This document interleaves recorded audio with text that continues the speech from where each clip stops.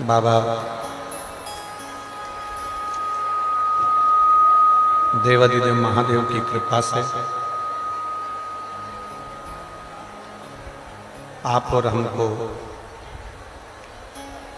श्रवण करने का सौभाग्य प्राप्त हुआ। भगवान देवादिदेव महादेव भगवान शिव जो संपूर्ण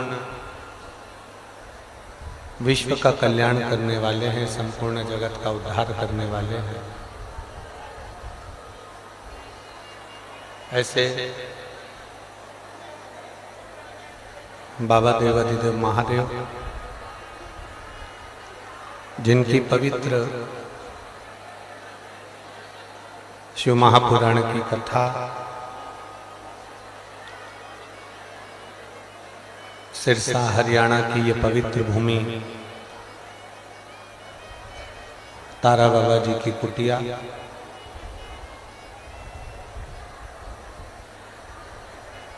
जहां तारकेश्वर महादेव विराजमान है,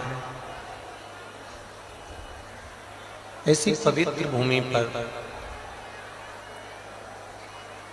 तारा बाबा जी की ही कृपा से, उन्हीं की करुणा और उन्हीं के आशीर्वाद से ये भगवान शिव की पवित्र शिव महापुराण की कथा आप और हम श्रवण कर रहे हैं। कथा के मुख्य यजमान के रूप में तारा बाबा जी की कृपा से विराजमान श्री गोपाल जी कांडा जी, विधायक महोदय सिरसा, पूर्व गृह राज्य मंत्री हरियाणा सरकार, एवं श्री गोविंद जी कांडा जी, मुख्य सेवक श्री बाबा तारा जी की कुटिया सिरसा, वरिष्ठ भाजपा नेता सिरसा हरियाणा। एक बार यजमान परिवार के लिए जोरदार ताली बजाकर स्वागत करना अभिनंदन। जिन्होंने इस पवित्र शिव महापुराण की कथा का आयोजन करवाकर संपूर्ण क्षेत्रवासियों का कल्याण किया।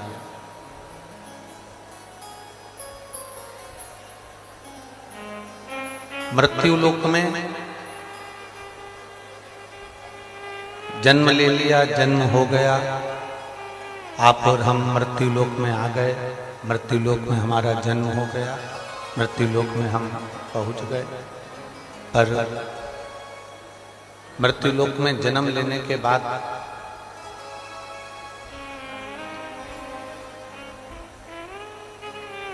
84 लाख योनियों में भ्रमित होते रहे और उसके बाद में जो मनुष्य की देह मिली, मानव का शरीर मिला, इस मानव के शरीर को प्राप्त करने के बाद यदि हमने पृथ्वी पर आने के बाद भगवान शंकर की शिव भक्ति नहीं करी, मान लो हमारा जन्म तो हो गया, हम आ भी गए इस मृत्यु लोक में, हमारा जन्म भी हो गया, पर हमने अगर शिव भक्ति को धारण ही नहीं करा तो फिर हमारा जन्म लेना सार्थक नहीं।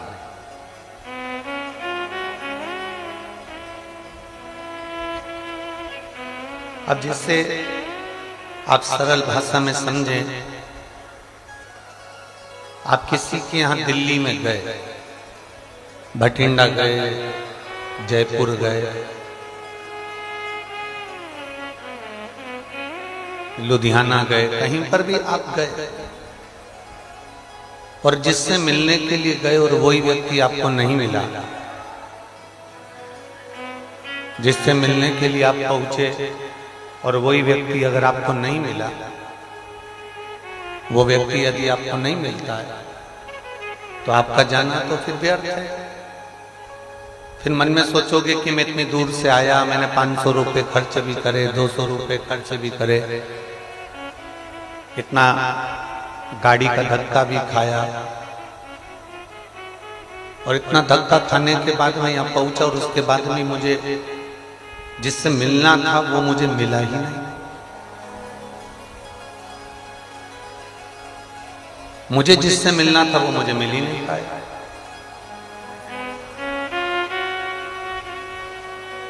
तो शिव पुराण कहती है जैसे हम जिससे मिलने के लिए पहुंचे और वही नहीं मिल पाए तो हमारा जाना व्यर्थ, हमारा जाना बेकार।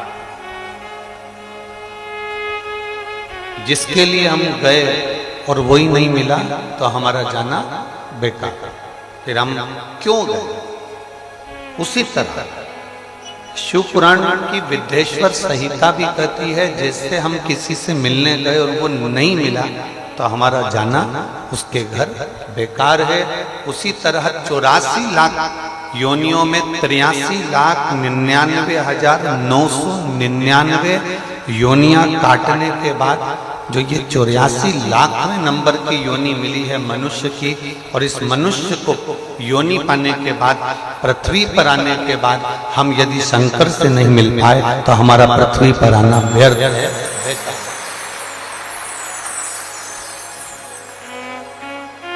फिर हमारा जन्म लेना बेकार, फिर हमारा पृथ्वी पर आना बेकार, फिर हमारा जन्म लेना बेकार।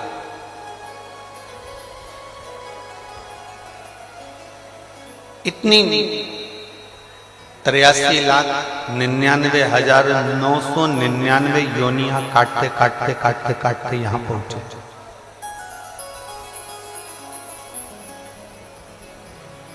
और इतनी योनियां काटने के बाद भी ये 84 लाखवें नंबर की जो योनि मिली, और इस योनि को पाने के बाद भी अगर हम शंकर के नहीं हो पाए, हम भगवान के नहीं हो पाए तो हमारा जीवन व्यर्थ।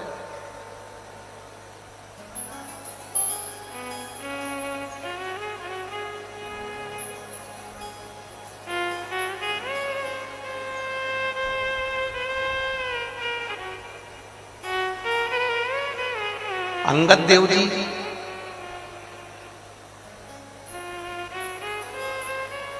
जो गुरु नानक देव जी कहते थे वो श्री अंगद देव जी भी कहते।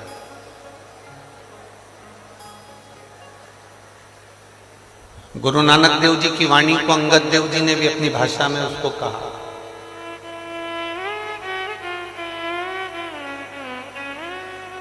श्री अंगद देव जी ने एक बात बड़ी सुंदर कही है, बहुत सुंदर।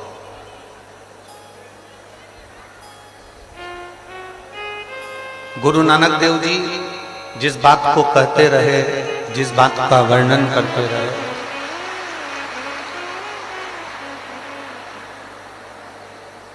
गुरु नानक देव जी जिस बात को कहते रहे, गुरु नानक देव जी जिस बात का वर्णन करते रहे,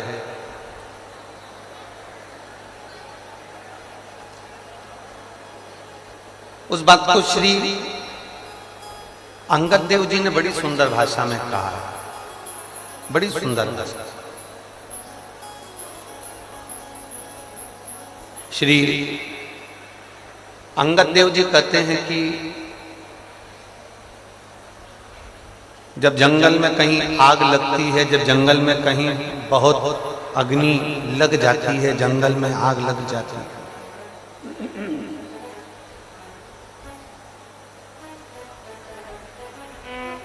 और जंगल में जब आग लगती है तो जो हिरण है वो हिरण जंगल से भागता है।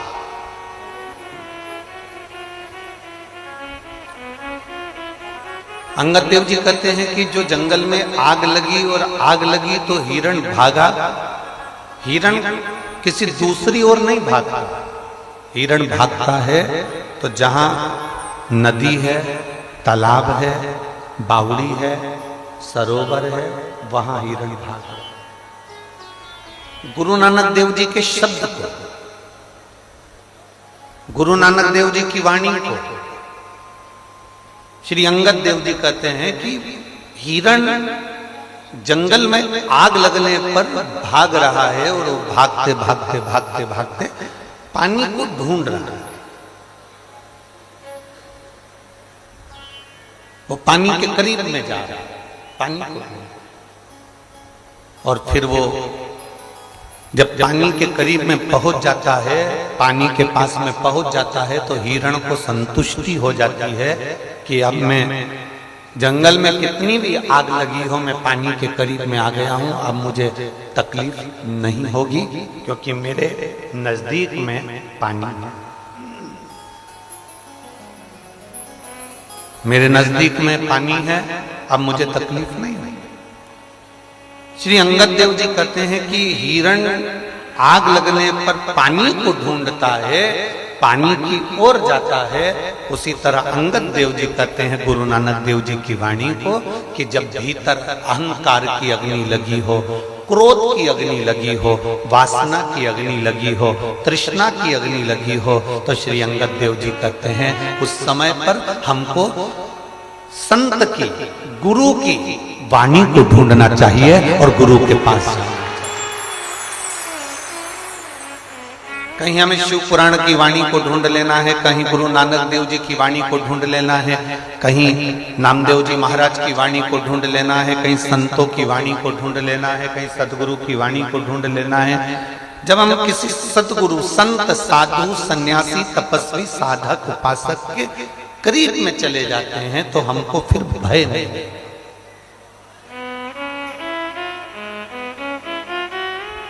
तारा बाबा जी की कुटिया में कथा चल रही है, करवाने वाले कौन है? तारा बाबा। आयोजक कौन है? तारा बाबा। करवा कौन रहे हैं? तारा बाबा। किसके घर में बैठे हो? बोलते जाओ जम के, तारा बाबा। रोटी किसकी खा रहे हो यहाँ 7 दिन रहकर? तारा बाबा। ठीक है, अब जरा विचार करिए, आयोजक भी वही है, करा भी वही रहा है, खिला भी वही रहा, पर प्रस्तुति हमारी है।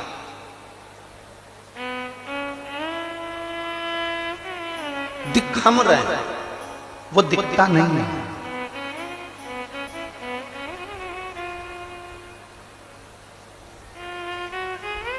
जो संत होता है, जो साधु होता है, जो सतगुरु होता है,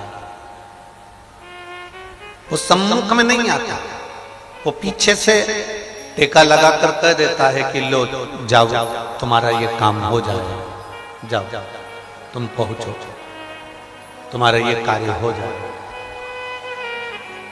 कभी तुम्हारे सामने आकर तुमको भरकर 2-4 लाख रुपए कोई गुरु नहीं देगा।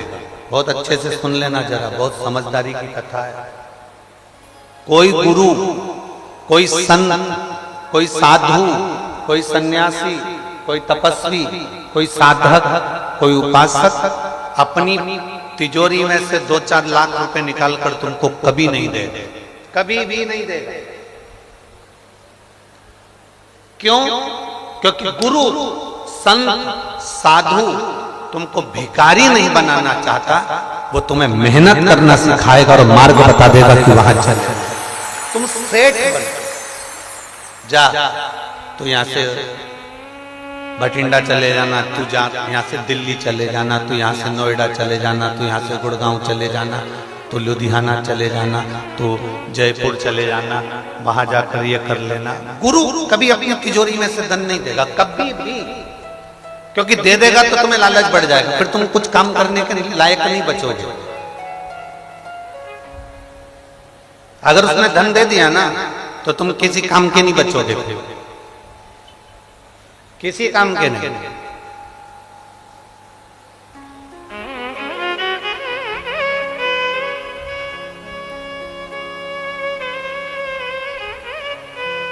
एक चेला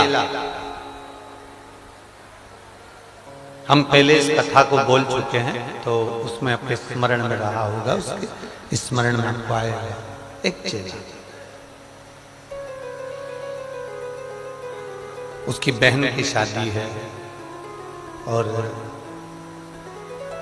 बहन की शादी है और उसको आश्रम से जाना है। अब गुरुजी से कैसे कहे कि मेरी बहन की शादी है, फिर भी उसने मन करा कि मैं अपने गुरुजी से यह कह देता हूं कि मेरी बहन की शादी। गुरुजी के पास में इतनी सारी प्रॉपर्टी है, गुरुजी के पास में इतना बड़ा मठ बना हुआ है, इतना बड़ा आश्रम बना है, तो गुरुजी मेरी बहन की शादी में 2-4 लाख रुपए, 25-50 हजार रुपए दे दे। शिष्य ने गुरुजी से कह दिया, गुरुजी मेरी बहन की शादी है, मैं कुछ दिन के लिए जा रहा हूं, चले जाऊं? गुरुजी ने कहा जा, चले। गुरुजी हम बहुत गरीब हैं, हमारी परिस्थिति ठीक नहीं है, हमारी परिस्थिति ठीक नहीं है, चले जाओ। जा चल जा। गुरुजी लड़के वालों ने डिमांड भी बहुत करी है, पर हमारी इतनी औकात नहीं है। गुरुजी ने कहा ठीक है, चले जाओ। अब शिष्य ने कितनी बात घुमा घुमा कर गुरुजी को बताई, पर गुरुजी ने एक बार भी नहीं किया कि अंदर से तिजोरी खोल के ला 5-50 हजार रुपए दे दो, चले जा। नहीं। अब वो जाने लगा तो गुरुजी ने आवाज लगा कर कहा, सुन, सामने एक झोला रखा है, उस झोले में 5 किलो अनार रखे हैं। अब चेले ने सोचा, माथा भड़ी को अनार को क्या क्या, शादी में अनार का क्या काम है? झोले में अनार रखे हैं, वो लेकर चली जा तेरी बहन की शादी में। अब गुरु ने उसको अनार दे दिया। चेला अपने गुरु को कोसता कोसता जा रहा है, कैसा गुरु है, इतनी प्रॉपर्टी, इतना दौलत, इतना धन है, इतनी जायदाद है, इतना पैसा है, चांदी के गिलास में गुरुजी दूध पीते हैं, चांदी के कटोरे में रोटी खाते हैं, इतना धन, इतना धन, और गुरुजी ने मुझे दिया क्या? केवल 5 किलो अनार। और उस 5 किलो अनार का मैं करूंगा क्या? चला चेला चला। जब शिष्य चला, चेला चला अनार लेकर, चलते चलते बीच रास्ते में थोड़ा रुका। बाहर की आवाज खोल रहा है, अंदर की खोलो। बीच रास्ते में चेला रुका। जब बीच रास्ते में चेला रुका, तब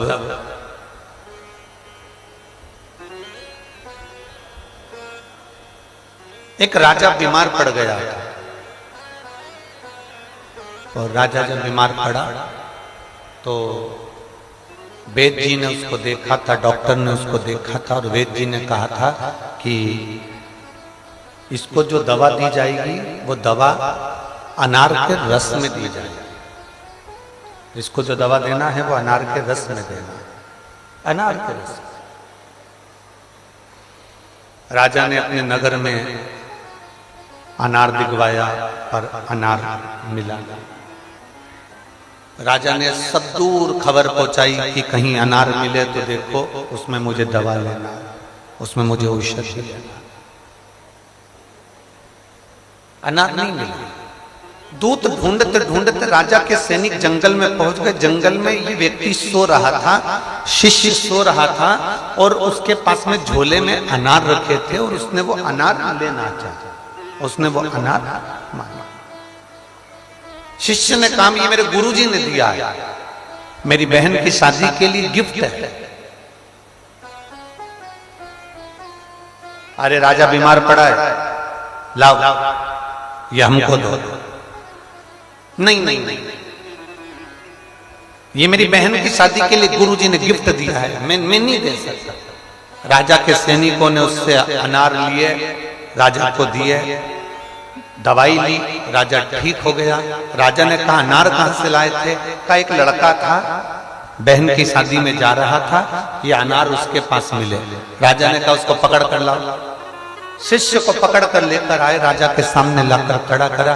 राजा ने कहा, आपके अनार से मेरी बीमारी ठीक हुई है, आपके अनार से मेरा रोग ठीक हुआ है, आप चिंता मत करो।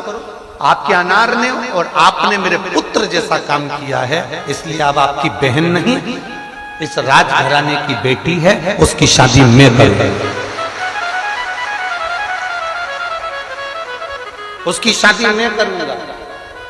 गुरु ने 1 रुपया नहीं दिया, 1 रुपया गुरु नहीं देता। आज असली गुरु, असली संत, असली जो महात्मा होगा वो तुमको रुपया कभी नहीं देगा, कुछ ऐसा कर देगा। अब वो राजा ने उस लड़के को अपना बेटा बनाकर राजकुमार बनाकर रखा, उसकी बहन की शादी राजकुमारी जैसी करी, हीरा पन्ना सोना चांदी रतन आभूषण में पूर दिया, क्योंकि वो अनार नहीं थे। गुरुजी पर अगर भरोसा कर कर लेकर गए हो कि गुरु ने दिया है, गुरु ने दिया, ये कम ना दिया। लोग कहते हैं गुरुजी के पास इतना है, गुरुजी देते क्यों नहीं, गुरुजी के पास इतना है, गुरुजी देते क्यों नहीं।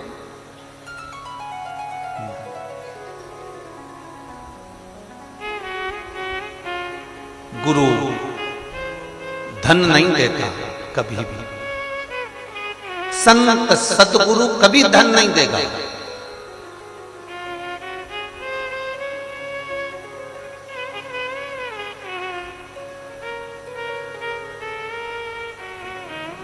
गोपाल जी, हमारे पास में भी लोग आते हैं ना यहाँ पर, ये आप इनसे पूछना, हमने कई बार हमारी व्यासपीठ से बात कही है, आप लोगों के स्मरण में होगी कि व्यासपीठ पे दर्शन करने आओ तो यहाँ कोई भेंट नहीं चढ़ाना दर्शन करते से। कई लोग आते हैं, गुरुजी आपके पास में डमरू रखा है, वो हमको दे दीजिए। हम करेंगे भी क्या, डमरू यहीं रखा रहता है, पर तुमने केवल वस्तु मांगी, तुम्हें मांगना था झोली पसार कर इस व्यासपीठ की एक बेलपत्र दे दीजिए, और इससे बढ़कर कुछ नहीं।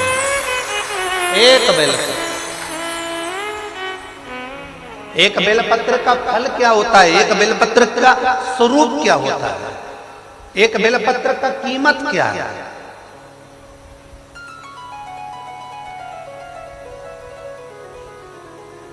जिसने शिव पुराण नहीं सुनी ना, वो बेलपत्र को नहीं समझ सकता। अभी माननीय विधायक जी ने, श्री गोपाल जी ने कहा, गुरुजी हम व्यासपीठ से एक 51 वृक्ष की बेलपत्र वाटिका का बोले थे, और उन्होंने कितनी वाटिका बनाई? 2। अब समझने वाली बात है, बोली गई थी एक, बन कितनी रही है? 2, क्योंकि ये तारा बाबा की कुटिया में बन रही है। संत के यहाँ कभी थोड़ा नहीं होता, संत क्या बढ़कर ही होता। गुरु के यहाँ कभी थोड़ा नहीं होता। गुरु नानक देव जी के किसी भी गुरुद्वारे में चले जाओ, आप किसी भी भारत की भूमि के किसी गुरुद्वारे में चले जाओ, भारत की भूमि के किसी गुरुद्वारे में जाना, तुम पहुंचोगे, पहुंचकर कहोगे हमको लंगर चखने को मिलेगा क्या? मां मना कर ही नहीं सकता, वो बोलेगा ही नहीं कि यहाँ लंगर नहीं है, तुम नहीं चख सकते, यहाँ पर हमारे पास व्यवस्था नहीं है, रोटी नहीं है, सब्जी नहीं है, या ये नहीं है, या भाजी नहीं है, वो बोलेगा ही नहीं। तुमने बस कहा और तुमने कहा लंगर चखना है, लंगर दे, तो वो तुरंत करेगा, बैठो अभी आए। ना का संबोधन नहीं है, और थोड़ा नहीं होता। गुरु के दरवाजे पर थोड़ा है ही नहीं, गुरु के दरवाजे पर तो अरे लुटा दिया भंडार काशी वाले ने, कर दिया माला माल काशी वाले ने, लुटा दिया भंडार काशी वाले ने, कर दिया माला माल काशी वाले। यहाँ गुरु के दरवाजे पर कुछ कम नहीं, कुछ भी कम नहीं। गुरु का द्वार होता ही ऐसा, थोड़ा तो होता ही नहीं। बहू में और सास में बहुत बड़ा अंतर होता है। आप कहोगे सियोर वाला महाराज सिरसा में पकड़ के बैठा है, बहू और सास को। बहू और सास में एक बहुत बड़ा अंतर होता है। बहू भोजन उतना बनाती है गिन के, जेठ जी 5 रोटी खाएंगे, देवर 4 खाएंगे, भतीजा 3 खाएगा, बेटी 2 खाएगी और 2 रोटी एक्स्ट्रा बनाकर रखती है। माँ, सास, घर की बुजुर्ग माँ कभी गिनकर रोटी नहीं बनाती, वो हमेशा ऐसी बनाती है कि 4 हो जाए तो खाकर चल। संत सतगुरु माता पिता की ये दृष्टि होती है करुणा की कि कोई आए तो भूखा ना जाए। कोई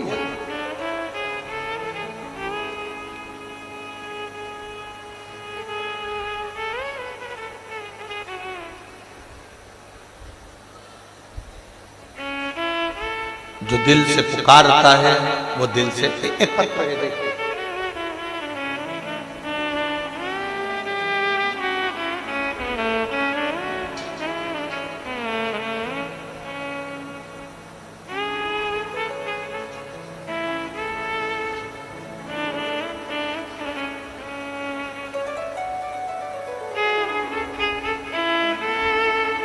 मेरा नाम सरिता है, मेरी उम्र 30 साल है।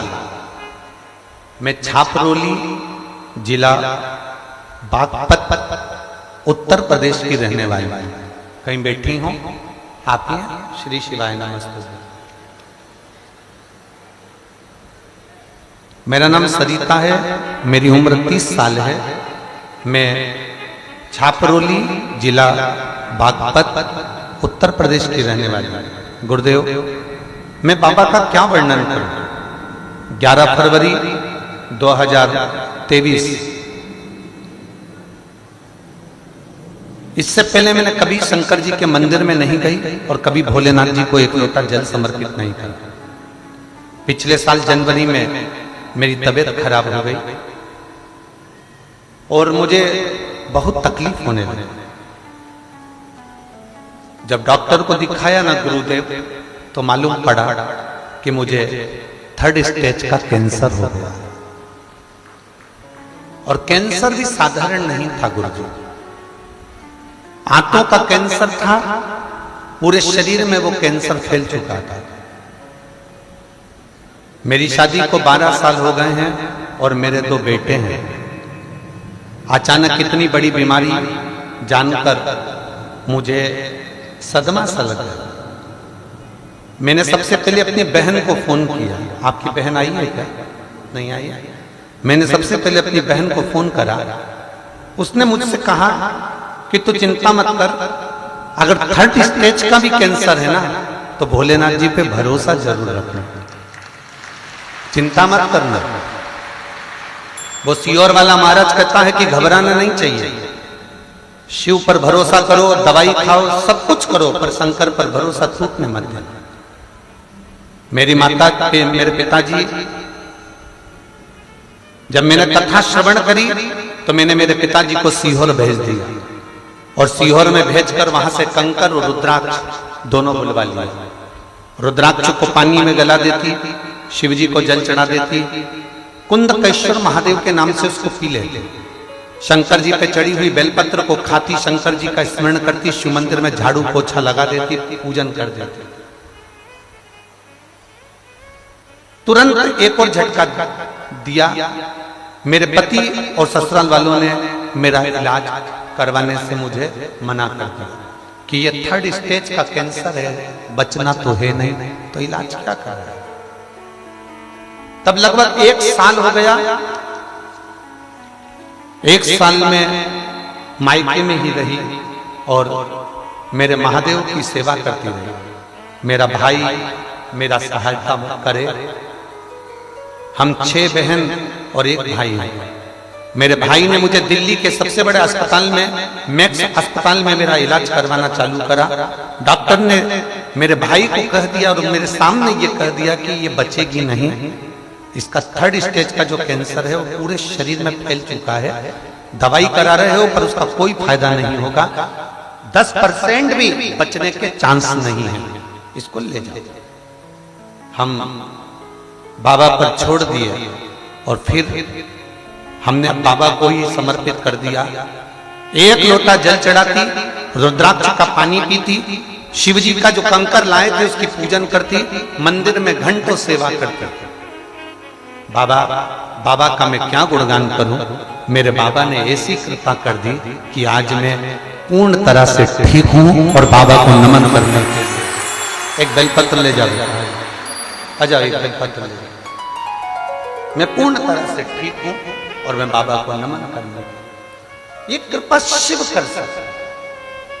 अकाल मृत्यु वो मरे जो काम करे चंडाल का, और काल उसका क्या बिगाड़े जो भक्त हो। काल जो शिव की आराधना करता है, जो शंकर की आराधना करता है, जो शिव भक्ति में डूबा रहता है, फिर उसका बाल बांका नहीं हो सकता। भगवान शिव ओघड़ गाना है, वो त्रिकालदर्शी है, वो कैलाशी है, वो अविनाशी है, वो शंकर सहज है। जिसने बेलपत्र के महत्व को पहचाना, अभी तो हम श्री गोविंद जी को, श्री गोपाल जी को हम धन्यवाद देंगे, बहुत बहुत धन्यवाद कि आपने इस व्यासपीठ की वाणी को स्वीकार कर वाटिका लगाने का जो संकल्प लिया। ये वाटिका सहज नहीं है, इसके नीचे बैठकर मात्र भगवान शिव का 3 दिवस का अनुष्ठान करने पर भी फल की प्राप्ति सहज नहीं है। बेलपत्री को जो पहचान गया उसने अपनी जिंदगी की सार्थकता से बेलपत्री। ये कोई कहे कि गुरुजी हमको, गुरु तुमको ये धन दे दे, दौलत दे दे, सामान दे दे, कोई मिठाई का डब्बा गुरुजी के पास में आया वो उठा कर दे दे, गुरुजी के पास कोई फल आ गया गुरुजी ने वो उठा कर दे दिया, उसकी मूलता नहीं है, उसकी मूलता नहीं है। मूल है भगवान शंकर का गुणगान, मूल है भगवान शिव की अविरल भक्ति। और तेरी कृपा बिना ना हिले एक भी अणु, लेते हैं श्वास तेरी कृपा से तनु तनु। बहुत अच्छा, हवन अच्छा कर दिया ना।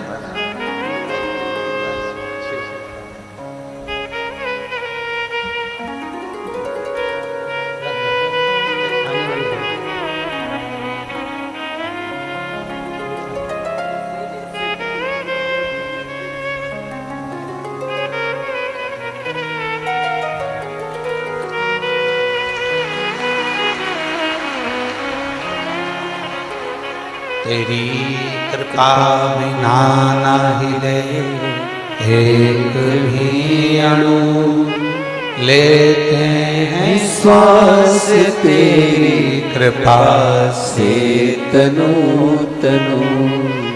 हे गंगाधार मुक्ति द्वार ओमकार तू, भोले ओमकार तू, आयो शरण तिहारी शंभु तार तार तू।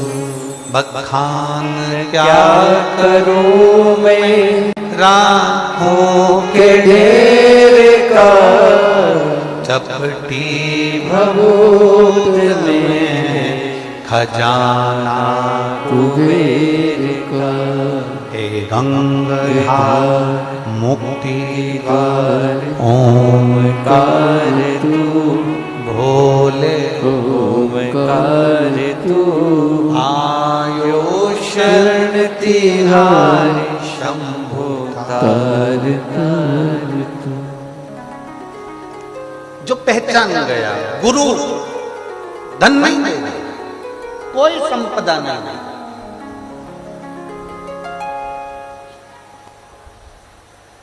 किसी गुरु के पास में कोई धन की कमी नहीं है। अच्छे से सुनना चाहिए।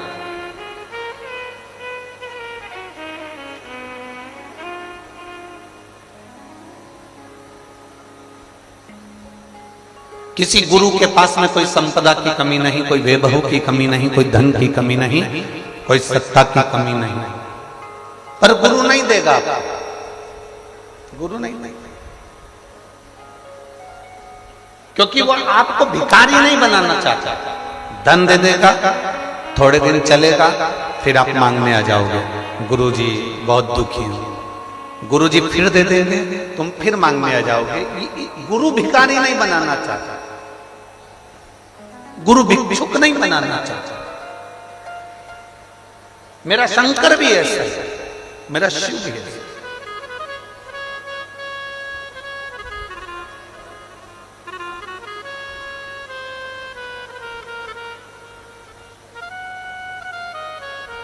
हमने पहले कहा था, कोई जल्दी बनता है, कोई लेट बनता है, शंकर को जल चढ़ाने वाला एक दिन सेठ जरूर बनता है।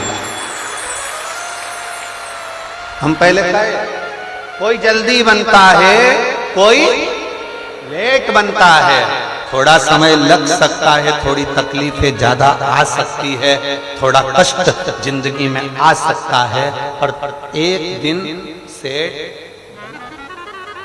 अब किसी ने कहा कि वो तो खुद वीराने में रहता है। तारा बाबा को देखो, अभी अभी तो ये कुटिया बड़ी बन गई, पर तारा बाबा की जो कुटिया है जिसके अंदर वो रहते थे, अंदर जाके तुम कभी दर्शन किए होंगे। टाट बारदान क्या बोलते, इधर बारदान बोलते, बोरा बोलते, टाट बोलते। टाट उनकी पूरी कुटिया में कम से कम 15 जगह पे टाट रखे होंगे। लोहे की पेटी, कोई कीमती वस्तु कुछ भी नहीं है। ओघड़, अड़भंग,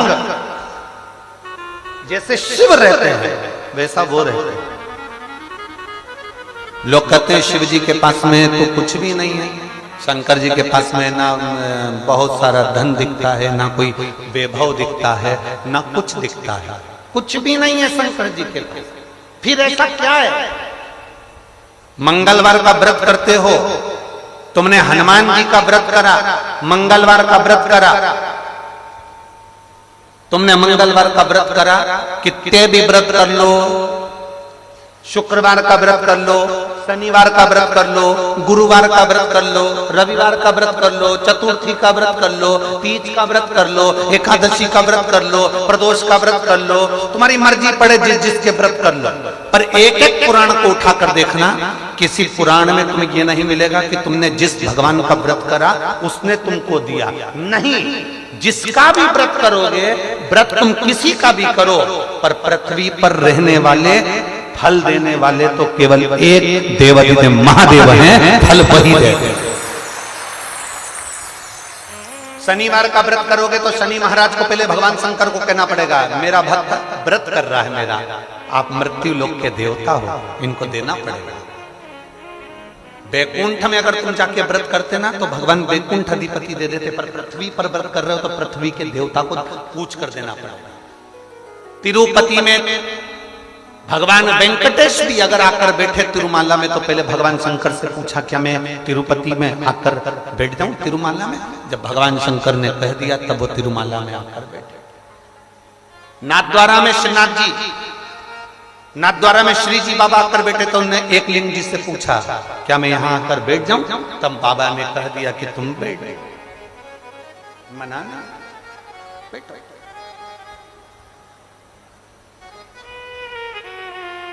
तुम किसी का भी व्रत करो, तुम्हारी मर्जी पड़े उसका व्रत करो, तुम्हारी मर्जी पड़े जिसका व्रत करो, तुम्हारा जो मन पड़े उसका व्रत करो, पर फल जिसका तुम व्रत कर रहे हो वो फल नहीं देते, शंकर भगवान को देना पड़ता है देवताओं के कहने पर कि इसने व्रत किया इसको फल दूंगा।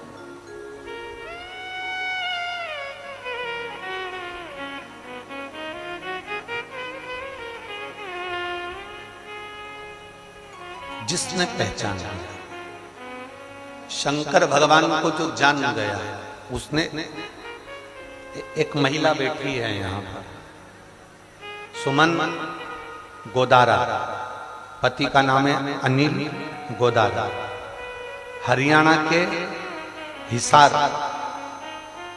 हरियाणा के हिसार आजाद नगर से आई है। कहीं बैठी हो तो हाथ हिलाइए। हरियाणा के आती हैं आ जाओ, एक बेलपत्र ले जाओ। हरियाणा के हिसार आजाद नगर से, आजाद नगर की रहने वाली हैं। हिसार के आजाद नगर से पैदल चलकर सिरसा तक कथा सुनने के लिए आई है।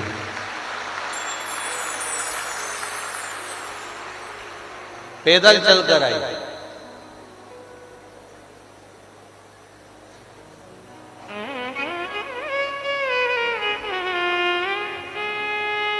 एक महीने से अन्न का दाना नहीं खाया इस महिला ने। एक महीने से अन्न को ग्रहण नहीं किया, एक महीना हुआ।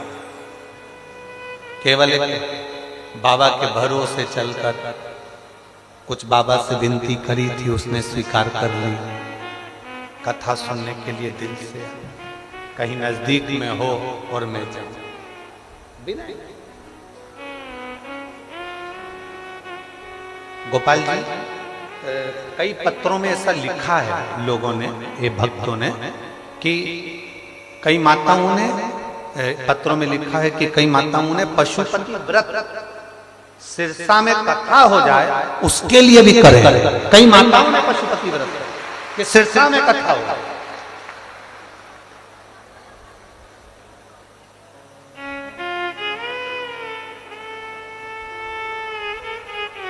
ये शिव भक्ति है, ये ओघड़ दानी की भक्ति है, शंकर की अविरल भक्ति है। उसको पहचानना बहुत कठिन है, उसको जानना बहुत कठिन है। जिस दिन हम उसको पहचान गए, जिस दिन हम उसको जान गए, जिस दिन हम उसे पहचान गए, जिस दिन हम उसको जान गए, पहचान गए, उस दिन वह हमारे करीब में होगा और हम उसके करीब में होंगे। जिस दिन हम जान गए उस दिन वह हमारे करीब में होगा, हम उसके करीब। शिव महापुराण की कथा कहती है, हिरण भागता है पानी की ओर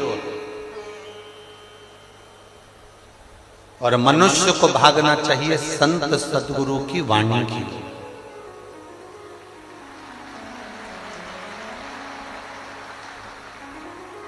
अब हम आपसे पूछें, चाकू, खंजर, तलवार, तीर, बंदूक की गोली और वाणी, फिर से समझ लीजिए, चाकू, तलवार, खंजर, गुप्ती, तीर, बंदूक की गोली और वाणी, इनमें सबसे ज्यादा गहरी चोट कौन करता? जम के बोलो जरा। वाणी। चाकू से जो घाव हुआ वो भरा सकता है, गोली से जो घाव हुआ वो भरा सकता है, तलवार से जो घाव हुआ वो भरा सकता है, तीर से जो घाव हुआ वो भरा सकता है, खंजर से जो घाव हुआ वो भरा सकता है, पर वाणी से जो घाव होता है वो मरते दम तक नहीं भरा। वाणी का घाव मरते दम तक नहीं भरा था। आखिरी समय तक भी सामने वाले व्यक्ति ने तुम्हें बचपन में भी अगर चोट करी है, तुमको धोखा दिया है, तुम्हें तकलीफ दी है, तुम्हें कष्ट दिया है, तो जब तुम्हारे सामने वो आएगा तब तुमको लगेगा कि इसने मुझे ऐसा करा। भले अच्छे से मिल रहे हो, अच्छे से जुल रहे हो, सब बात हो रही है, सब कुछ हो रहा है, परंतु फिर भी उसकी वाणी का तुम्हें स्मरण आता ही रहेगा। बहुत विचित्र वाणी, बड़ी विचित्र।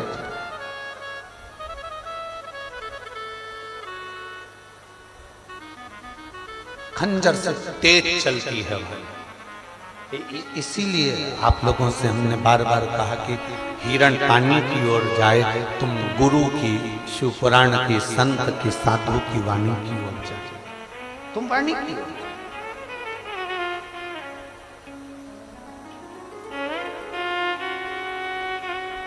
जब भगवान देवादिदेव महादेव का माता पार्वती जी के साथ में विवाह हुआ,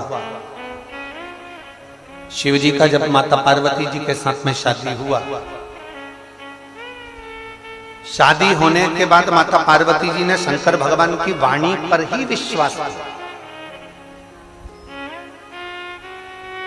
वाणी पर भरोसा किया, वाणी पर विश्वास किया।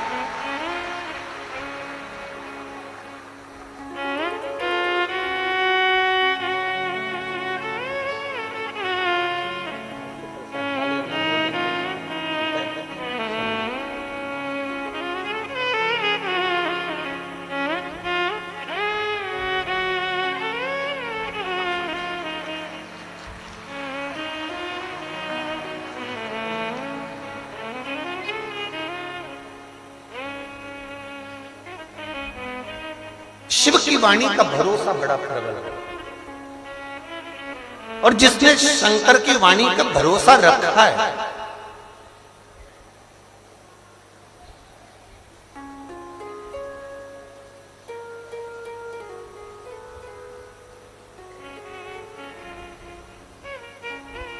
अभी अभी विधायक महोदय कह रहे थे श्री गोपाल जी टांडा जी की इन सब का मन है गुरु जी आप हर वर्ष आओ, ये भी श्री गोपाल जी कर।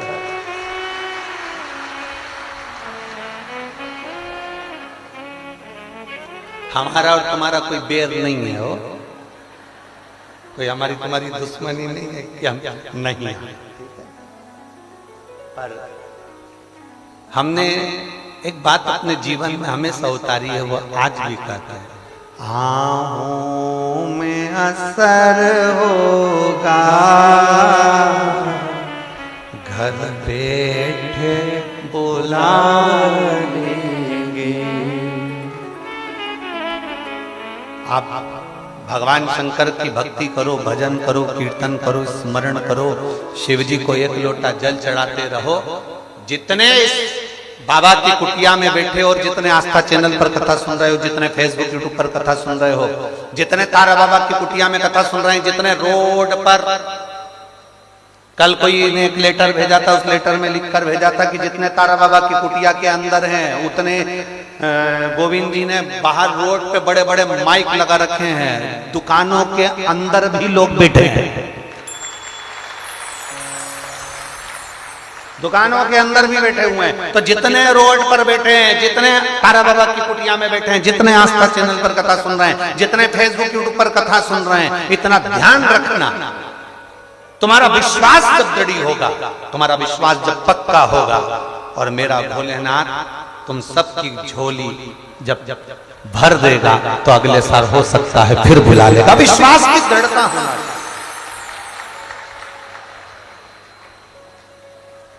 विश्वास की दृढ़ता हो। मालूम पड़े हम इस बार कथा के कर चले जाएं और तुम्हारी झोली खुशियों से ना भरावे, तो तुम अगले साल कथा में आओगे? अरे बोलो तो जम के नहीं। इसलिए मेरे भोले बाबा से इतना निवेदन जरूर करूंगा कि जितने आए हो इतना भर देना, इतना भर देना, इतना भर देना कि अगले बार फिर आके यहाँ बैठे। एक बेटी है जो भटिंडा में आई थी सुनने के, एक भटिंडा वाली कोई बेटी,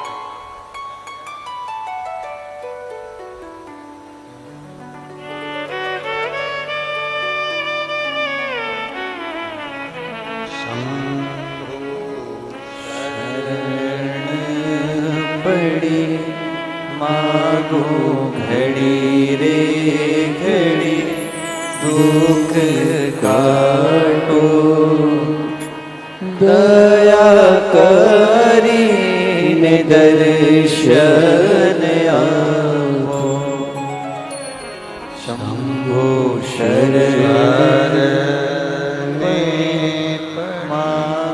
मांगू घड़ी रे घड़ी दुख काटो, दया करी ने दर्शन आपो, शंभो शरण पड़ी मागो घड़ी रे घड़ी दुख काटो, दया करी ने दर्शन आपो।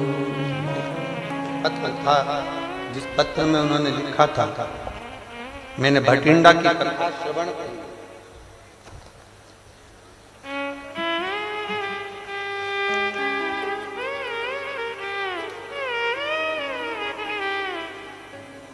और भटिंडा की कथा सुनी।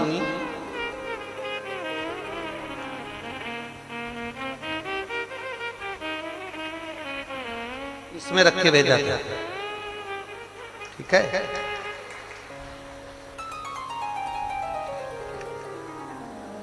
मेरा नाम नीरू गोयल है, मेरे पति का नाम प्रशांत गोयल है। मैं मंडी गोविंदगढ़ पंजाब की रहने वाली हूं।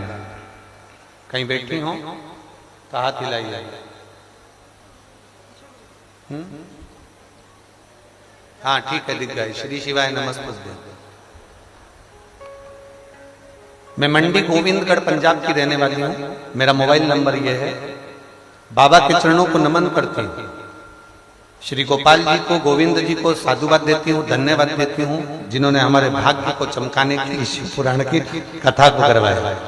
साधुता एक लोटा जल का मैं वर्णन करना चाहती हूँ। मेरा भोले बाबा कोई साधारण नहीं है गुरुदेव। मेरे ओघरदानी ने ऐसी कृपा कर दी। मेरी बेटी का नाम तन्वी गोयल है। उसने नीट का एमबीबीएस की तैयारी के लिए कोचिंग लेनी थी, परंतु हमारे पास में इतना पैसा नहीं था। पारिवारिक स्थिति ऐसी नहीं है गुरुदेव कि कहीं से धन की व्यवस्था हो सके। तब आपके मुख से हमने कथा में सुना था, शिव महापुराण की कथा में पंडाल में शंकर के आए हुए भक्त को मौका मिल जाए तो एक जरा सा मुख झूठा जरूर करा देना। बन सके तो अपनी बोतल का पानी पिला दो, चाहे अपने घर से कुछ लाए हो वो खिला दो, पर उसको खिलाना चाहिए। मुख झूठा जरूर करा। हमारे पास में इतना नहीं था। हम भटिंडा की कथा में पहुंचे और हम केवल थोड़े से बिस्कुट के पैकेट लेकर हम वहां पहुंचे और हमने वो बिस्कुट का पैकेट वहां पर खिलाया। हमको नहीं मालूम था कि मेरा बाबा इतनी जल्दी कृपा कर देता है और इतनी दया कर देता है। गुरुदेव, जिस समय पर हमारी कोई औकात ही नहीं थी, मेरे भोलेनाथ ने ऐसी कृपा कर दी कि बिना 1 रुपए के दिए मेरी बेटी का नीट एमबीबीएस का कोचिंग और पूरा चीजें उसकी क्लियर हो गई। बाबा, आप तो कह जाते हो कि पंडाल में बैठकर कथा सुनने वाला खाली नहीं जाता, पर हमको लगता है आपकी वाणी को शंकर स्वीकार करता है। इसलिए हमारे पास में इतना भी नहीं था कि हम बच्चों को अच्छे से एजुकेशन कराते। भटिंडा की कथा और सिरसा की कथा में कोई अंतर नहीं है गुरुदेव, केवल 1-1.5 महीने का अंतर है। पर 1 महीने के अंदर मुंह झूठा कराने का क्या फल होता है? कोई मुझसे पूछे, आज बाबा की कृपा से 20-20, 25-25 लाख भी बाबा मुझे प्रदान कर रहा है और मुझे कोई कमी नहीं। मैं बाबा को धन्यवाद देने के लिए, ये शिव तत्व ओघड़ी है। ऐसा हाथ हिला दो देने के बाद, श्री शिवाय नमस्ते। गुरुदेव दुनिया के आगे हाथ फैलाते थे, कोई साथ नहीं देता था, पर जब से शिव पुराण की कथा सुनी है तब से मेरे बाबा ने मेरा हाथ नहीं छोड़ा, वो देने में पीछे नहीं हटता। ये शिव तत्व, बैठिए बहन, शिव तत्व इसी को कहता है। शंभु त्रिकालदर्शी, कैलाशी, अविनाशी, शंकर उदार। उसकी कृपा को पहचानना कठिन, उसकी दया को जानना।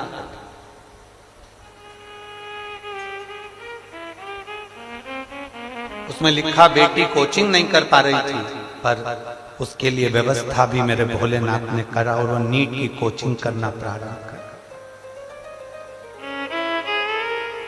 हम उसके सहारे, हम उसके भरोसे रहे।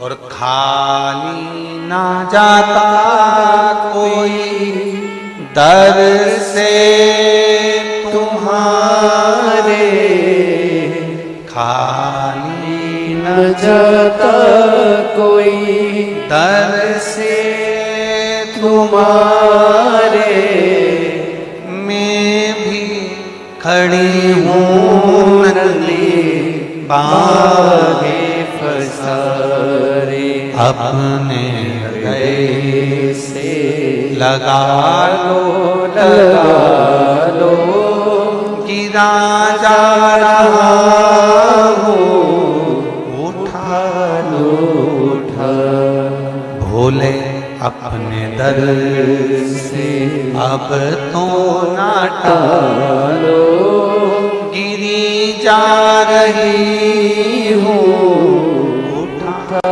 लो उठा लो। उसकी कृपा, उसकी उदारता, उसकी दया इतनी प्रबल होती है, बस भरोसा दृढ़ होना चाहिए, विश्वास पक्का। बैठो कथा में, आप सियोर वाले महाराज को सुनने के लिए नहीं आए, आप केवल शिव महापुराण की कथा को सुनने के लिए नहीं आए, आप 7 दिन भगवान शंकर से, तारा बाबा जी से, तारकेश्वर महादेव से मिलने के लिए आए हो और अपना दुखड़ा बाबा को सुनाने के लिए आए। केवल सियोर वाले महाराज से कोई मतलब नहीं होना चाहिए तुमको, स्पष्ट बात है जो है। आप ये ना सोचिए कभी भी कि सियोर वाले महाराज से मिलना है हमको, सियोर वाले महाराज से हमें मिलना पड़े और उनसे हम कुछ बोलें, वो हमारा दुख कम कर दें, सियोर वाला महाराज तुम्हारे दुख काट दे। सियोर वाले महाराज का दुख तो खुद महादेव काटता है, तो वो काय का किसी का दुख काटेगा ना। भरोसा शिव जी पर रखिए, विश्वास शंकर पर रखिए।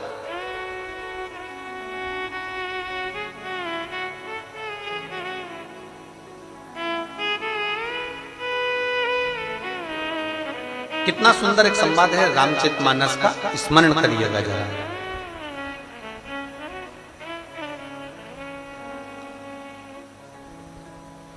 रावण को मालूम पड़ा कि भगवान भक्तों को ताड़ते हैं। किसको ताड़ते हैं? जम जम के बोलो जरा, भक्तों। रावण को मालूम पड़ा कि भगवान भक्तों को ताड़ते हैं। रावण छोटा था उस समय, उसकी शादी नहीं हुई,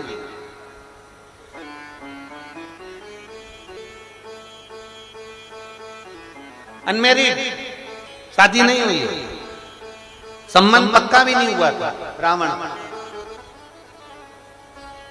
और उसने बहुत उपद्रव मचा रखा था पूरी पृथ्वी पर, पूरी सृष्टि में उपद्रव मचा।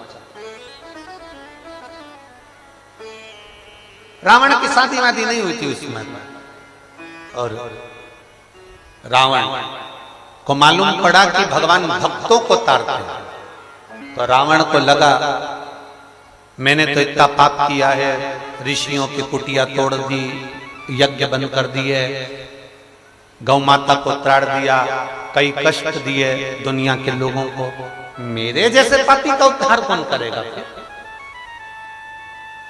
33 कोटि देवताओं में कोई ऐसा देवता है क्या जो भक्त को भी ताड़ दे और पापी को भी ताड़ दे? रावण ने अपनी बुद्धि में यह बात बिठाई कि भक्त भी तर जाए और पापी भी तर जाए, ऐसा कोई देवता है? ऐसा कोई देवता है? उस समय रावण की शादी नहीं हुई थी, रावण कुंवारा था।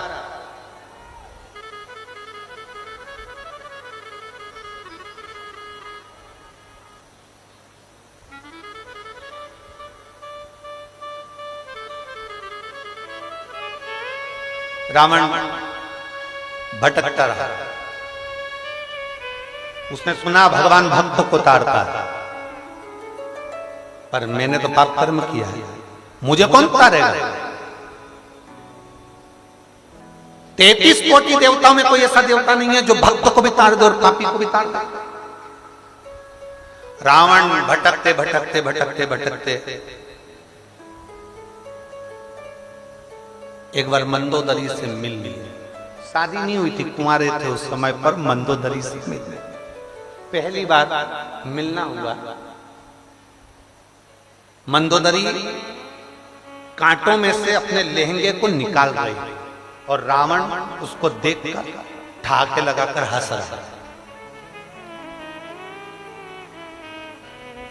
बहुत तेज रावण के चेहरे पर हंसी थी और मंदोदरी अपना लहंगा निकाल रही, अपना लहंगा कांटों में से निकाला। रावण ने ठाका लगाया, फंसा। मंदोदरी ने घूर कर रावण को देखा, लंकाधिपति लंकेश को देखा। देखते से ही मंदोदरी ने रावण से कहा, आप मुझे कांटों में फंसा हुआ देखकर मुस्कुरा रहे हो,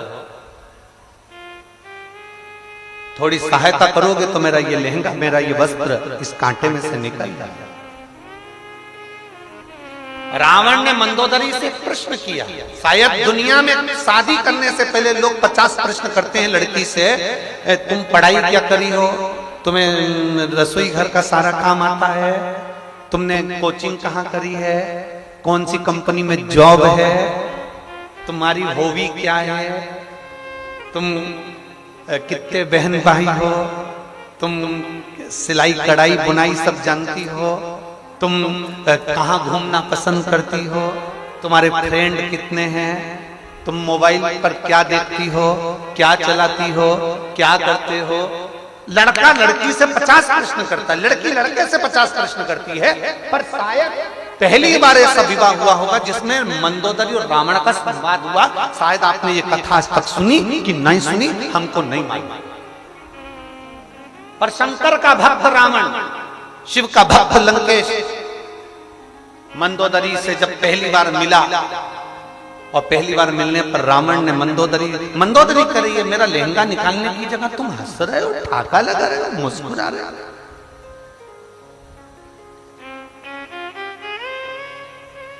लड़का लड़की में पहली बार जब मुलाकात होती है शादी के लिए तो कितनी कितनी बातें होती है, बहुत सारी बातें होती है। बहुत लड़की भी कह देती है एक बार बस अपनी शादी हो जाए, मैं पूरे घर को स्वर्ग बना दूं और घर में रहने वालों को स्वर्गवासी बना दूं। जब घर को ये स्वर्ग बनाएगी तो उसमें रहने वाले तो वैसे स्वर्गवासी हो जाएगा। बोले तो बोले, बस शादी हो जाने दो।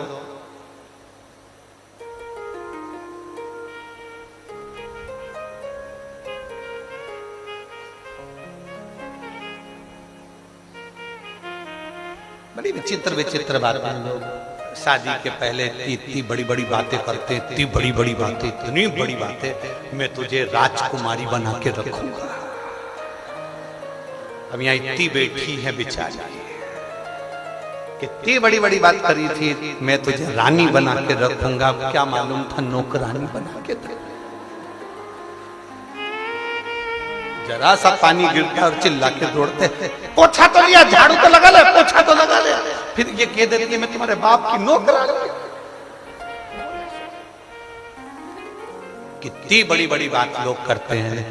इतनी बड़ी बात बोलना भी नहीं चाहिए, जैसे हो वैसे बोलो, देखो हम तो ऐसे हैं और ऐसे ही रहेंगे, उसमें क्या है। रावण ने मंदोदरी को देखा, मंदोदरी कह रही है तुम वस्त्र निकालने की जगह ठाका लगाकर हंस रहे हो। रावण कहता है मेरा एक प्रश्न है, अगर तुमने उस प्रश्न का उत्तर दे दिया तो मैं तुम्हारा वस्त्र भी निकाल दूंगा और जिंदगी भर तुम्हें अपनी रानी बनाकर रखूंगा और तुम जैसा कहोगी वैसा करूंगा, तुम जैसा कहोगी वैसा करूंगा। बस एक प्रश्न है, उस प्रश्न का उत्तर दे दीजिए। मंदोदरी का लहंगा कांटे में उलझा हुआ है। रावण मंदोदरी से कह रहे हैं तो मंदोदरी ने पूछा तुम्हारा प्रश्न क्या है, उत्तर दो, बताओ क्या प्रश्न है। रावण ने कहा मेरा प्रश्न केवल इतना सा है कि मैंने संतों के मुंह से सुना है, ऋषियों के मुंह से सुना है कि भगवान भक्तों को तारता है। कोई ऐसा देवता है जो पतितों को भी तार दे, कोई ऐसा देवता है जो पापी को भी पार उतार दे और भक्तों को भी पार उतार दे। मंदोदरी ने उसी समय मुख से कहा वो केवल एक है, वो कैलाश पर रहने वाला देवाधिदेव महादेव। इससे पहले रावण कभी शंकर को नहीं भजता था, इससे पहले रावण कभी शिव का स्मरण नहीं करता था, इससे पहले रावण कभी शंकर का स्मरण नहीं करते थे। पर मंदोदरी के मुख से सुना कि वो शिव भक्तों को भी तारता है और वो शिव पापियों को भी पार उतारता है। वो शिव भूत प्रेत पिशाच डाकनी प्रेत सबको पार लगा देता है। वो शिव, वो शंकर, उसको लोग पशुपति नाथ भी कहते हैं, तो पशुओं को भी तार देता है। उसका एक नाम श्रंभेश्वर है। श्रंभेश्वर मतलब एक पक्षी, पक्षियों को भी पार लगा देता है। पशुपति नाथ बनकर पशुओं को पार लगा देता है। महेश्वर बनकर संसार की संरचना का आनंद पा देता है। वो साधारण नहीं। रावण ने मंदोदरी के वस्त्र को निकाला और रावण ने उस दिन सोच लिया कि अब मुझे कुछ नहीं करना है। सारे देवताओं को तो बंदी बना लिया है, महादेव को बंदी नहीं बनाना, उनकी आराधना करना है, क्योंकि वो पापियों को भी तार देता है, पतितों को भी पार उतार देता है। रावण से मंदोदरी ने फिर एक प्रश्न किया, जरा सुनिएगा उस प्रश्न को। रावण से मंदोदरी प्रश्न करता, मंदोदरी ने पूछा रावण से, तुमने प्रश्न करा कि भक्तों को तारते हैं, पापियों को कोई तारने वाला भगवान है, पापी और भक्त दोनों को तारे, तो आपने कह दिया महादेव है। मंदोदरी ने प्रश्न किया, तुम भक्त हो कि पापी हो? अब किसी की शादी हो रही हो और लड़की पूछ ले, पीते हो?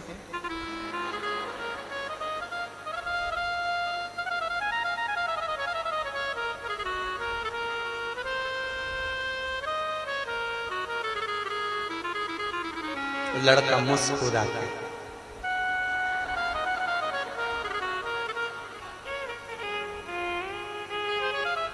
मेरी सौगंध खा।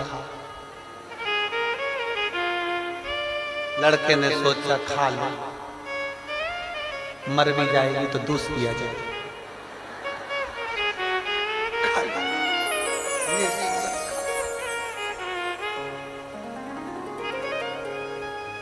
अब मंदोदरी कर रही है कि तुम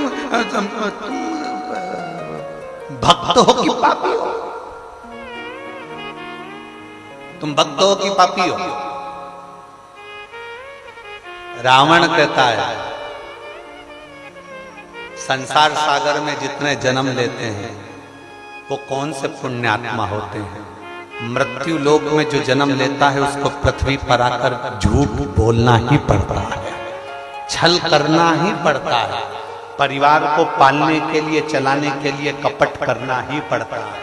इसलिए कोई भक्त नहीं है सब के हृदय में थोड़ा न थोड़ा कोई क्रोध, काम, लोभ, आसक्ति, वासना, तृष्णा, सबके अंदर झूठ, प्रपंच, संसार में जन्म लेने के पास ये रहता ही है।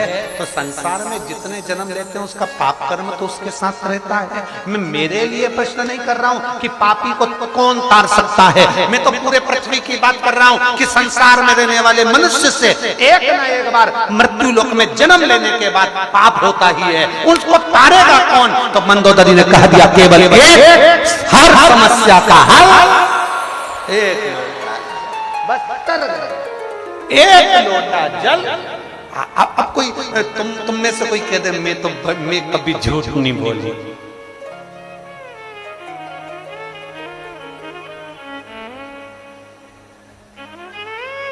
कभी कभी टेढ़ी चोटी वाली की भी चोटी सीधी हो जाती है। हमने भी देखी वो फिल्म, भला है बुरा है जैसा भी है मेरा पति मेरा। कभी कभी टेढ़ी चोटी वाली की भी चोटी सीधी हो जाती है, पर याद रख लेना मनुष्य की देह मिल जाए और तुम कहो कि मैं झूठ नहीं बोलता, तुम मनुष्य की देह मिल जाए और तुम कह दो मैं कपट नहीं करता, मनुष्य की देह मिल जाए तुम कह दो मैं ईर्ष्या नहीं करता, मनुष्य की देह मिल जाए और तुम कह दो कि मैंने किसी को धोखा नहीं दिया, मनुष्य की देह मिल जाए और तुम कह दो कि मैंने किसी को गाली नहीं दी, मनुष्य की देह मिल जाए और तुम कह दो मैंने किसी का अहित नहीं करा, तो भूतो न भविष्यते, अहंकार, काम, लोभ, आसक्ति, वासना, तृष्णा क्रोध ये मनुष्य की देह में भगवान देकर भेजता है। इसलिए पृथ्वी पर अगर जन्म हुआ है तो एक बार शंकर भगवान का भजन जरूर करना, क्योंकि पापी को भी पार उतारने वाला वो शिव ही है। भक्त को भी वही तारता है, पापी को भी वही तारता है। शंकर जी की किसी से दुश्मनी नहीं है। तुम देख लो अगर किसी से दुश्मनी हो, रावण कितना बड़ा असुर था, भगवान नारायण से उसकी दुश्मनी थी, ब्रह्मा जी से उसकी दुश्मनी थी, इंद्र से थी, शंकर जी से थी नहीं थी। बेस्ट फ्रेंड, दुश्मनी है ही नहीं।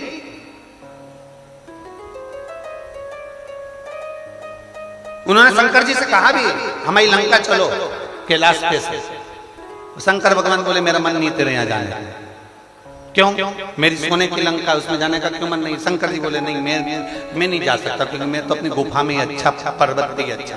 रावण जिद चढ़ गया, तू मेरा बेस्ट फ्रेंड होके नहीं चल सकता, चलना पड़ेगा। शंकर भगवान को लेके चल दिया। शंकर भगवान ने सोचा इसके यहाँ जाऊंगा नहीं जाऊंगा नहीं। बीच रास्ते में शंकर जी ने अपना वजन बढ़ा दिया, उसने नीचे हिले ही नहीं, वैद्यनाथ के रूप में पूजा नहीं। पार कौन करे? कौन संसार में जन्मा जिसने अच्छे से अच्छा संत, साधु, गुरुजन, तपस्वी जन, साधक, उपासक जो पृथ्वी पर जन्म लिया है? मृत्यु लोक इसको कहते हैं, संसार जिसमें कोई सार ही नहीं। उसका नाम बोलो बोलो जम के बोलो, संसार। इसको कहते दुनिया, मतलब दुगनिया। यहाँ जितने बैठे हैं सबके दो मुंह हैं, कभी किसी के मुंह पे अच्छा बोल देते हैं, थोड़ी देर बाद उसी की बुराई कर देते हैं, दुगनिया। इसलिए इसका नाम दुनिया। तो तुम किसका साथ तत्व लेकर बैठे? यहाँ दुनिया में बहुत लोग चिल्ला चिल्ला के कहते हैं भैया जी संघर्ष करो हम तुम्हारे। अरे बोलो तो जम के, भैया जी संघर्ष करो हम तुम्हारे। अब ईमानदारी से बोलो, साथ होते तो संघर्ष की जरूरत क्या पड़ती? खा मतलब तुम साथ नहीं हो, बस चिल्ला रहे हो, केवल चिल्ला रहे हो। भैया जी संघर्ष करो हम तुम्हारे साथ है। साथ होते तो संघर्ष करने ही क्या पड़ता जी? संघर्ष की जरूरत ही क्या पड़ती है? पर संघर्ष करना पड़ रहा है क्योंकि अपने अपने नहीं हो पा।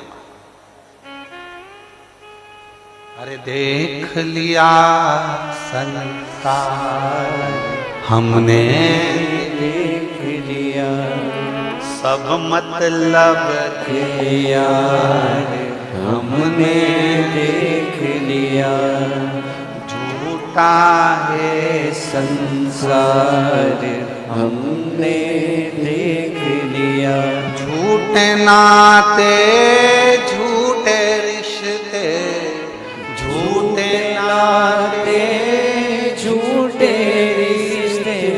अरे झूठा है संसार हमने, देख लिया सब मतलब के यार हमने, देख लिया देख लिया संसार हमने, देख लिया। क्या देखा? रावण ने केवल अपने लिए नहीं कहा। अब कोई लड़का होता इस जगह पर, मंदोदरी ने प्रश्न किया तुम भक्त हो कि पापी? अगर तुम्हारी शादी हो रही होती तो तुम कितने सारे गुण बताए जाते हैं, कितने गुण। हमारी लड़की बड़ी सुशील है,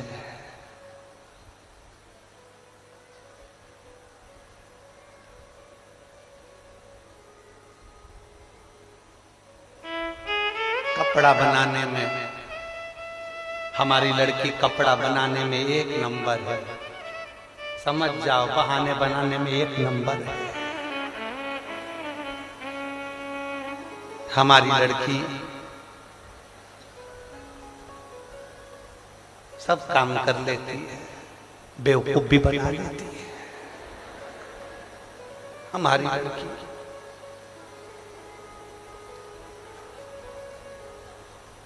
कभी पार्लर नहीं जाती, क्योंकि 24 घंटे पार्लर में बैठी रहती है, आती नहीं। कितनी कितनी बात, कितनी कितनी एक से बढ़कर एक उसके गुण बताए गए, लड़के के भी एक से बढ़कर एक गुण बताए गए। अवगुणों को छुपा लिया गया, गुण प्रस्तुत कर दिए गए। गुण प्रस्तुत है, अवगुण छुपा लिए। रावण अवगुण नहीं छुपा रहा, ये रावण की विद्वत्ता है, ये रावण की महानता। अवगुण नहीं छुपा रहा। रावण से पूछा मंदोदरी ने, तुम भक्त हो कि पापी हो? रावण ने कहा, मैंने ऋषियों को परेशान कराया, सबके यज्ञशाला को तोड़ दिया, भजन पूजन नहीं होने देते। अब तू अंदाजा लगा ले कौन सी क्वालिटी की, अंदाजा लगा।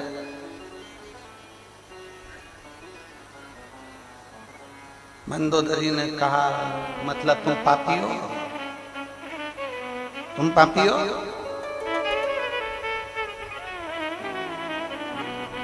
रावण मुस्कुराकर कहता है, संसार में जो जन्म लिया है, पृथ्वी पर आकर उसने कुछ न कुछ गलत जरूर किया है। कोई सृष्टि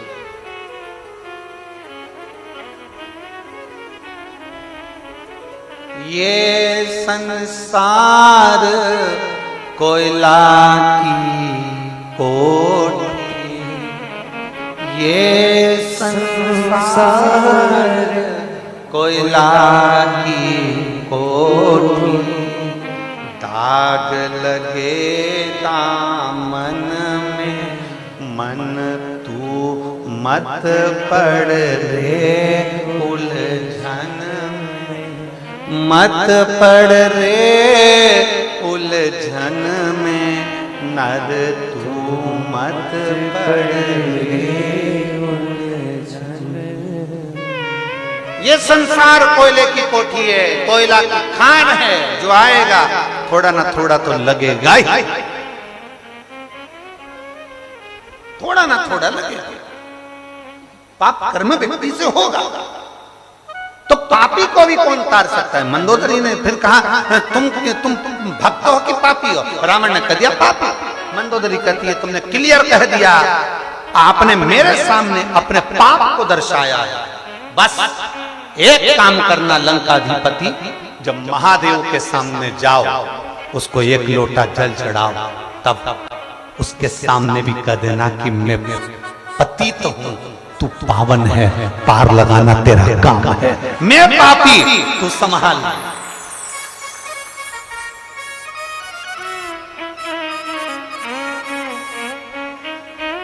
उसके सामने जाकर कहो कि मैं पापी हूं, मैं पतित हूं, तू पावन है। और हम क्या करते हैं? हम बहुत शरीफ बन के जाते हैं भगवान के मंदिर में, शंकर जी के मंदिर में इतने शरीफ बनकर जाते हैं, भगवान के मंदिर में इतने शरीफ बन के जाते हैं। मेरे बराबर कोई पुण्यात्मा नहीं, मेरे बराबर कोई धर्मात्मा नहीं, मेरे बराबर कोई सत्कर्म करने वाला नहीं, मेरे बराबर कोई दान करने वाला नहीं, मेरे बराबर कोई पुण्य करने वाला नहीं, मेरे बराबर कोई व्रत करने वाला नहीं, मेरे बराबर कोई अनुष्ठान करने वाला नहीं। हम भगवान के सामने बहुत अच्छे बनकर जाते हैं। नहीं, भगवान के सामने जाना तो ये कहना, मैं पतित, तू पावन, मैं पापी, तू भगवान। भक्तों को तो बहुत पार लगाया, मेरे जैसे पापी को भी पार लगा देना, इतनी सी कृपा मेरे ऊपर कर।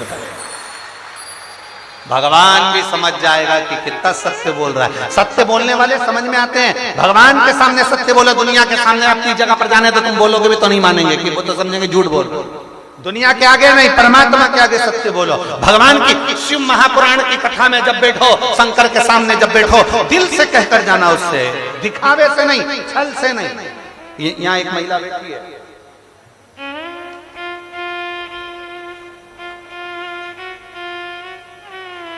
मेरा नाम सुनैना सिंवर, गांव साहूवाला प्रथम, जिला सिरसा हरियाणा। कहीं बैठी हो तो हाथ हिला सकते हैं। कहीं बैठी हो? सुनैना सिंवर, साहूवाला प्रथम, जिला सिरसा हरियाणा। विषय, मेरी मम्मी को कैंसर था। कहीं बैठी हो तो हाथ हिलाइए। अच्छा, इधर हाथ हिलाइए। श्री शिवाय नमस्ते। आ जाओ, एक बेलपत्र लेकर चल जाना। मेरी मम्मी को कैंसर था। 2022 में आंख का कैंसर हुआ था। 2 साल बाद पता चला मेरी मम्मी को सेकंड स्टेज पर कैंसर आ गया। सिरसा के भंवरलाल डॉक्टर ने भी हमें बताया कि मम्मी को कैंसर है। हम उनको भटिंडा, हिसार चंडीगढ़ लेकर गए, पर सभी दूर यही बताया कि उनको कैंसर है और ऑपरेशन के लिए कहा गया। पर मेरी माता की अवस्था देखकर कैसे उनका ऑपरेशन करा गुरुदेव। तब मेरी बुआ की बेटी ममता को फोन किया, उसने मुझे बताया कि पशुपतिनाथ का व्रत चालू करो, पशुपतिनाथ का व्रत करोगे और शंकर जी पर अगर भरोसा करोगे, वो सीहोर वाला महाराज कहता है शिव पर करा भरोसा कभी टूटता नहीं है, आप भरोसा करो, किसी को सीहोर भेजो, वहां का कंकर और शंकर मंगवा, वहां का रुद्राक्ष मंगवा। बाबा, हम बाबा की प्रार्थना कर कर सीहोर भेजे, कंकर शंकर बुलवाया, पशुपतिनाथ का व्रत करना प्रारंभ करा। आपने प्रदोष का एक उपाय बताया था, वो उपाय हमने करना प्रारंभ करा। बाबा, हम भगवान से केवल एक ही प्रार्थना करते थे, बाबा मेरी मम्मी को ठीक कर देना। धीरे धीरे उनकी अवस्था ढलती चली गई, अवस्था में तकलीफ आने लगी। बिल्कुल बाबा ऐसी कृपा करो कि वो ठीक हो जाए। गुरुदेव, मैं शिव का क्या गुणगान करूं, बाबा बाबा है, ओघड़दानी ओघड़दानी है। शिव ने ऐसी कृपा कर दी कि आज मेरी माँ पूर्ण तरह से ठीक है। मैं मेरी माता का फोटो भी लगा रही हूँ।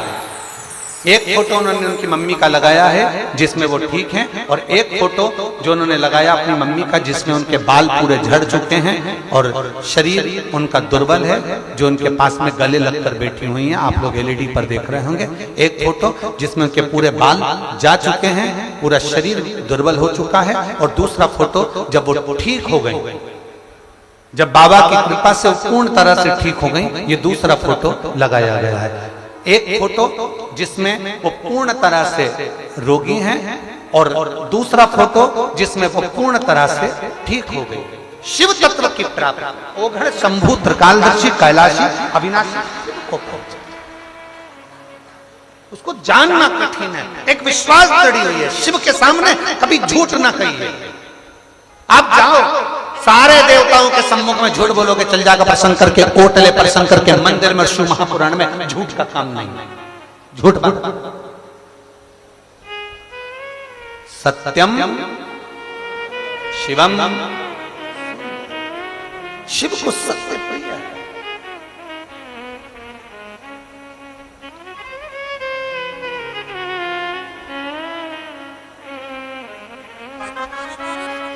और आप जब उससे कहेंगे,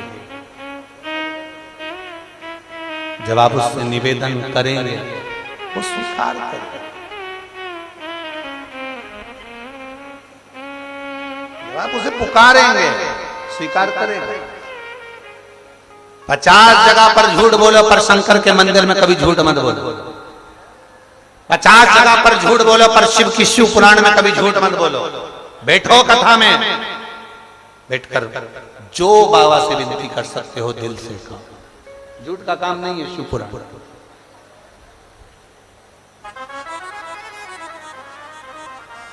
मैंने तेरे ही भरोसे बाबा, तेरे ही भरोसे हवा बिच उड़ती जावांगी, बाबा डोर तो छठी ना में कटी जावांगी। भोले मैं तेरी पतंग, शंभो मैं तेरी पतंग, हवा बिच उड़ती जावांगी, बाबा डोर तो छठी ना में कटी जावांगी। भोले मैं तेरी पतंग, शंभो मैं तेरी पतंग। शिव को सत्य प्रिय है। जहां सत्य है वहां शिव है, और जहां शिव है वहां जीवन, जम के बोल तो जरा, सुंदर है। जीवन की सुंदरता ही सत्य और शिव में है। जहां सत्य है वहां शिव है, और जीवन की सुंदरता उसी में।